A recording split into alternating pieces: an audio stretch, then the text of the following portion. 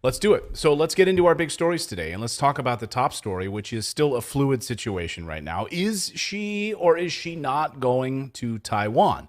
All eyes on Nancy Pelosi, the Speaker of the House, the third in line to the presidency. Of course, a few weeks ago, we heard that she was floating this idea of traveling to Taiwan. This was going to be a thing that she was Yes. going to do. To which people said, that could literally lead to World War III. Like, what the hell is wrong with you? And then President Biden came out and said, that's not a good idea.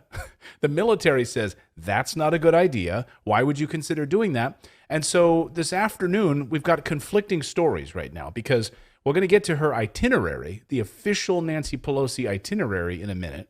But this afternoon now, we're getting word from at least Chinese state media saying that Nancy Pelosi is going. And here's the front page of Drudge Report just a few moments ago.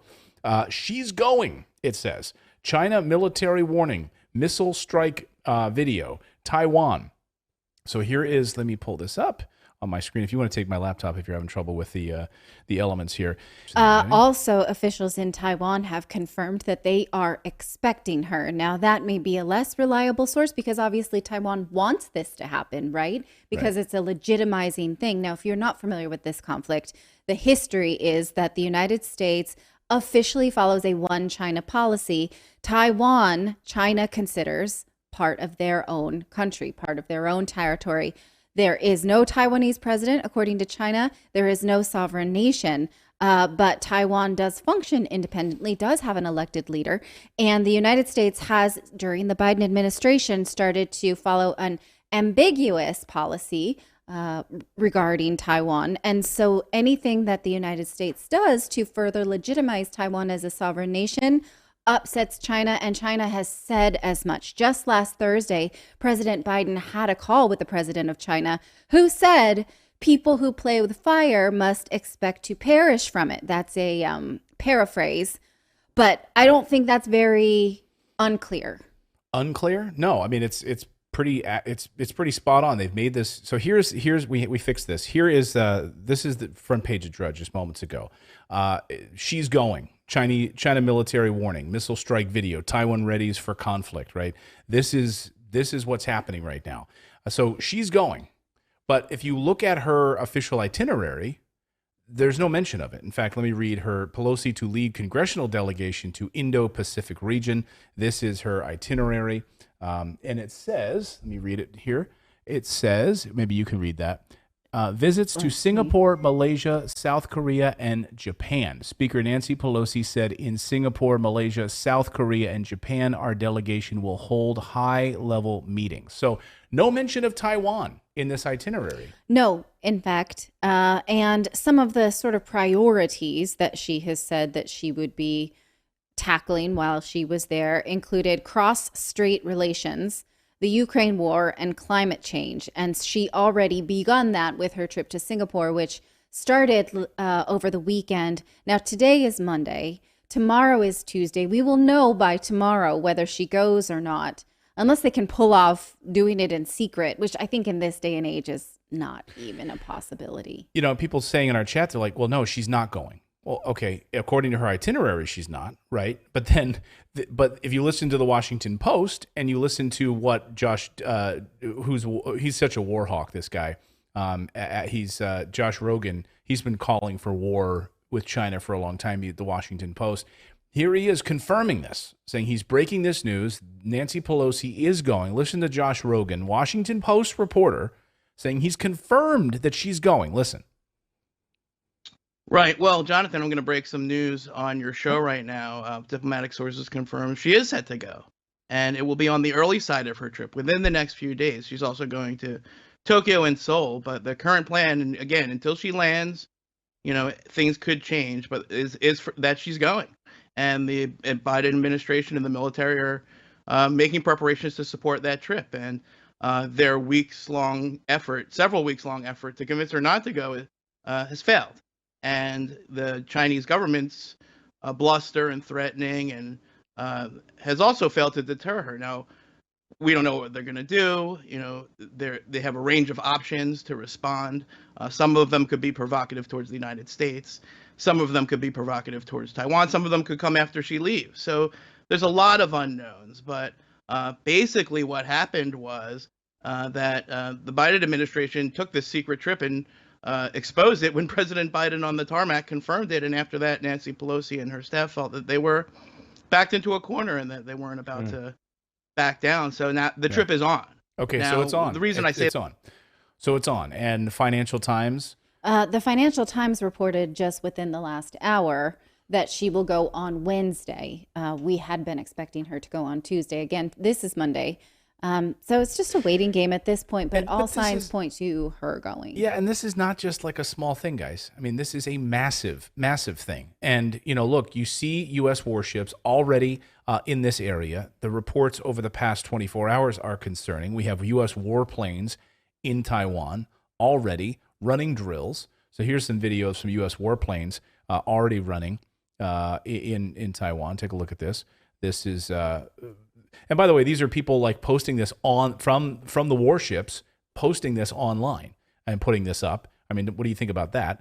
And then you also have here's another subtweet from Carl Zah, says U.S. Navy P-8 anti-submarine reconnaissance plane has these up: joint surveillance target attacks radar system spotted hovering around Taiwan Strait to the southwest of Taiwan Island. Taiwan's Air Force Lockheed P-3 Orion surveillance plane also in the area.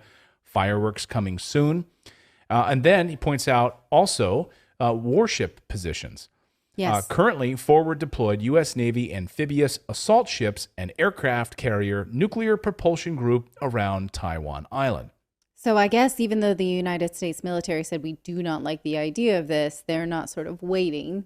They're going to prepare for any kind of possible conflict that would happen. Yeah, and so is China. So if U.S., this is you could say this is an invasion. And this is basically the way that China is looking at this right now. This is an invasion. By the way, let me just say this. Any politician who's watching, any politician out there who's listening to this show, who's thinking, yeah, we need to continue this strong footing with China. Let's show them who's boss. Let's land on Taiwan. This is going to get us into war. If you're calling for a war with China, you are, I think you're anti-American, to be honest with you. If you're calling for a war with China by doing something this stupid, you are anti-American. You're calling for the death of thousands of Americans if you are this freaking stupid. It's just, we live in a time when being anti-war is anti-political, and it's not that simple, right? Because Republicans absolutely want to run on a platform of being tough on China. Yeah. They believe that most American business is outsourced. They really are afraid of the Cold War and losing the hegemony to China. And so, they can sort of say, well, we tough on China is one thing, but do we go to China? Do we show up on Chinese shores, right? There's a bipartisan bill right now to rename the consulate, the sort of makeshift consulate in D.C., the embassy there, to the Taiwan Representative Office. So it would further legitimize that as a country. And here's, again, I think this is an invasion. This is an absolute invasion if this happens. Take a look at this. If U.S. fighter jets escort Pelosi's plane into Taiwan, it's an invasion. The PLA has the right to forcibly dispel Pelosi's plane and the U.S. fighter jets, including firing warning shots and making tactical movement of obstruction ineffective and then shoot them down. I mean, think about that, right? Jets, warplanes taking Nancy Pelosi into Taiwan. Yes. Is an invasion in their eyes. They've made this and But we have a template now for how to garner support for something like this from Ukraine, right? Is that we can't let this world superpower, stake a claim on this smaller country. The United States has who's the superpower we're talking about here? Well, are we talking about us? This is like an SAT question. Is who's chocolate chip cookies is to eggs as a carburetor is to, you know what I mean? Right. Okay, so what in this scenario, right? We've been able to drum up enough support for Ukraine at this point that we can use that as a template because we had to push back against Russia taking over this land. And now, oh, there's China doing this and we have to do that too, right? There absolutely is already a template for that. Is, social media censorship, this narrative of, other countries' evil, dominant hegemony. We have so much media that tells us that China and Russia are the most evil entities in the world, right? Well, I was going to say on the news that time, I never can remember the channel where were they doing those war games, and it's like they do that propaganda type stuff to get people to think that China is this, arch nemesis, and they don't even understand that most of the goods that we buy in this country all come from China. The iPhone you're holding in your hand, a lot of comes from China. Yeah. So you would think that we'd want a better relationship with them. You would think, right? But there's so much, and you even heard that Washington Post reporter just a few minutes ago, that Josh Rogan, he's like, all this bluster that you hear from China, they're threatening us. Just ask yourselves a question. I mean, just take a step back from the media propaganda for a moment, okay? And think about the ramifications of what a World War III would look like, okay? Absolute devastation. You think it's bad now with a recession and inflation? Think about how bad it would be with World War III. And then on top of that, think about the ramifications of a U.S. military operation inside, right on their backyard. Think about it in reverse. If China did that to us, right? Mm-hmm. If China started running military exercises in Puerto Rico. I saw someone in the chat just a few minutes ago. Imagine if they landed on Puerto Rico. Right? Yeah. That's exactly what I was going to say. I was going to say, imagine if they're like, hey, we're going to go meet with the governor of Puerto Rico and we're going to fly our leaders in, and jets are going to escort them because, that's what you have to do. And they're going to fly into Puerto Rico and they're just having a meeting. It's no big deal. They're not doing anything nefarious, and we're supposed to just trust it. Yeah. Puerto Rico's not a state, right? They're not a state. They vote for, we keep them still from not having statehood. They pay, they pay taxes. Yes. In some respects. And, we protect them, right? But Nancy Pelosi is an elected official. And so, as her constituents. Well, and the third highest. I think that's important too. She's the third highest elected official in this country. Right. And so do voters need her going to Ukraine, which she did recently? Do voters need her to go to Asia on this trip to talk about climate change and what else did I say? Relationships with the straits. Yeah. And but what do we think, right? And so I think that the war in Ukraine has benefited from the fact that most Americans can't put together the contextual pieces. I mean, we study this all day and we barely can, right? Because there's Joe Biden and there's Hunter Biden and there's the war in Ukraine is very confounding. It's not to be reduced to a quick tweet. And so is this a template that you can then get Americans to change their Twitter handles to the Taiwanese flag next, right? Do we already have this? Do we know how to do this? That's coming. You already know. Well, and they had already done that once. You're already going to see liberals doing that. All these liberals who changed their, I saw a tweet by Kevork Almasian earlier today, and he said, just get ready. Get ready for all these liberals. But don't you remember that there was a time recently they already did that. They changed their flag, their icons to the Taiwan flag for some reason. There was something that happened, and I can't remember what it was. I think China was putting pressure on them or something, and there was a threat. So everybody was support Taiwan, stand with Taiwan. Yeah, and then you change change it from the Ukraine flag, then change it now to Taiwanese flag. That's exactly what's going to happen. And what's the GOP response on all this? There's a lot of interesting pieces that you're not going to see covered in the mainstream media, and that's why I want to cover it here. That's why you watch our show, hopefully, right? That's why you smash that like button, and that's why you subscribe to our show. So the GOP angle on this, on China, Michael Tracy, who's a great thinker in this space, I love his work. He tweeted this, and he said, the ideal scenario for Republicans seems to be that Pelosi ends up not going to Taiwan, after which they then can blame Biden for weakness, appeasement, and bolster their case that they're the ones who will most aggressively confront China. He goes on to say, there's an enormous amount of evidence that a top priority for Republicans once they take control of Congress and or the presidency will be to confront China, militarily and otherwise. Even among ostensibly rival GOP factions, there is almost total unanimity on this issue. That last line is the most important.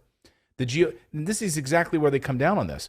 Now, I know I'm jumping around a little bit here, Philip, but Nancy Mace, who's a Republican, She tweeted this just this afternoon. Republican. Again, Republicans cheered when they heard that Nancy Pelosi was going to Taiwan at the Republican conference last week. They cheered. She tweeted this today. While I may not agree with Speaker Pelosi on many issues, I do believe in her right to travel to Taiwan as a member of Congress. We do not take orders from communist China. Okay? So here's Roke. But we expect them to take orders from us. Right. That's the Republican side. Right? So where else do you have like bipartisanship in Washington except on war, right? War and war spending. So that's a Republican. Right. Such as this bill to rename this embassy, right, as a proper office and not just the Taipei Economic and Cultural Representative Office. Like really legitimize them. This has bipartisan support. And, you know, politicians can play that off nicely as if like we support, you know, countries that want to be what are you doing this now? So so that's the Republican side. I'm trying to talk and Clayton's like doing baseball cues to me. Like, well, I'm like, all right, go to the next piece of this. So that was the Republican side, and then you have the Democratic side. I was playing two pieces of this. See back and forth here. Do you see what I'm picking up? What I'm putting down? I don't speak that language. So I'll just point. Throw to the Ro Khanna soundbite. So Ro Khanna, Democrat, was on with Wolf Blitzer talking about China. And again, Republicans, Democrats, they're in unison on this issue. Here's Ro Khanna basically saying, let's call China's bluff and have her land on the island. Listen. President Biden has said the U.S. military believes a Taiwan visit by the House Speaker Nancy Pelosi is, quote, not a good idea right now. You sit on the Armed Services Committee. Should she call off this possible trip to Taiwan? No, she should not. I respect Speaker Pelosi. I mean, we're not going to let the Chinese Communist Party dictate where the Speaker of the House should go. Taiwan is an economic partner with us. That doesn't mean that her going there is somehow not recognizing the one China policy. She should absolutely go. And we need to speak out on human rights issues in China. And we need to speak out about the trade deficit in China. So I fully support her going. But is it worth potentially, God forbid, provoking some sort of military response from the Chinese? They should realize that that would be the worst thing they could do. I mean, they've seen this president, our country's resolve in Ukraine with rallying NATO. They've seen the sanctions on Russia. I mean, they would cripple their entire economy. They are so dependent on the United States in terms of the trade that we have. So we shouldn't allow them to bluff and dictate to America, the greatest nation in the world, where our Speaker of the House should travel. I mean, who are they to say that Speaker Pelosi shouldn't go to Taiwan? Yes. Wow. Ukraine is a perfect template for success, right? They're watching what the United States does in Ukraine, and they are shaking in their boots and saying, well, we wouldn't. That's what he's insinuating, because that's not my version of reality. That's not how I'm experiencing this conflict. No, and also laughable that China is dependent on us. Yeah, that's what I was laughing at too. Like, Are you? I think it's the other way around. Me? Like, yeah. Oh, we're gonna put how? By the way, how well did the sanctions work out against Russia? Right, I've done multiple videos on that on Russia's economy. Right, literally signing an agreement last week to create their own reserve currency with China and other BRICS nations. Really? Are you kidding me? Think about it. If you wanted to take down Walmart, stop dealing with China. Walmart, gone. Right. There would be nothing there. It would be nothing. Empty shelves. Who would hurt? Right? Who would it hurt again if we ended up putting sanctions on China? Who would it hurt in large level? Well, it would hurt poor people first, which I'm not convinced that politicians really care about. No, of course not. That's always who gets hurt first. I mean, we're going to go through in a few moments here when we talk about Zelensky, some of the numbers on the American economy right now and who's actually hurting and sacrificing and suffering in the American economy. And it's always the poor people, right? That's who gets hurt first, always. So it's laughable that, oh yeah, China needs us. But so GOP senators want to start more aggressively arming Taiwan. This is what Michael Tracy says in a new Lend-lease program. So he says GOP senators want to start more aggressively arming Taiwan through the revival of the World War II era Lend-lease program, just like has already been done for Ukraine. But don't worry, this will somehow be done in a non-interventionist and populist fashion. And these are the senators on board with this. Blackburn colleagues introduced legislation authorizing defense lend-lease with Taiwan. U.S. Senator Marsha Blackburn, Senator Rick Scott of Florida, and Michelle Steele of California introduced the Taiwan Democracy Defense Lend-Lease Act. This will support the United States partnership with Taiwan by authorizing a defense lend or lease program with the government of Taiwan. Now, this has been a very successful business model for the United States through many conflicts. In fact, in the UK, we lent plenty of weapons that were only just paid off in recent years. Many of them are going to Ukraine right now in the Lend-Lease program, even though we've donated money and supplies, right? Those weapons don't come for free. And yeah, this sounds like a good idea. Hey, Taiwan, if there's a conflict that comes your way, we absolutely have a Lend-Lease program to help you out of that. So that's convenient, especially considering this program announced on July 29th, which is just days ago, right? And then, so convenient. Now, Nancy Pelosi's about to hit those shores. Right. And possibly, stir up a conflict. We got a solution. Pre-conflict. And we just got word We already saw the war game play out, so we know what's going to happen already. Yeah, and again, this is going to lead to all-out war. I mean, people can play around with this all they want. They're literally, I don't care where you come down on this. If you're in support of World War III, then you need to get your head examined. So just moments ago, according to Reuters, China warning its military will not sit idly by if Pelosi visits Taiwan. It will not sit by. They are going to issue a major warning on this. And I don't think China's going to sit back for 8 years like Putin did. No. I mean, they've been running military exercises here. I mean, it'll be interesting to see. We've been saying this over and over again, that the baby steps was Ukraine and Russia. Yes. This is the real story. Yes. Warships, U.S. warships, already there, running drills, 3 different warships in the area, the USS Tripoli. I think that's the USS Tripoli there. Here's the USS America with Ospreys and fighter planes and jets on board, ready to go. And it makes sense now why the United States has announced new embassies in Asia, new investments in this region, right? It's not just sort of a feel-good move, or at least it doesn't feel very good to me in context of this news. No.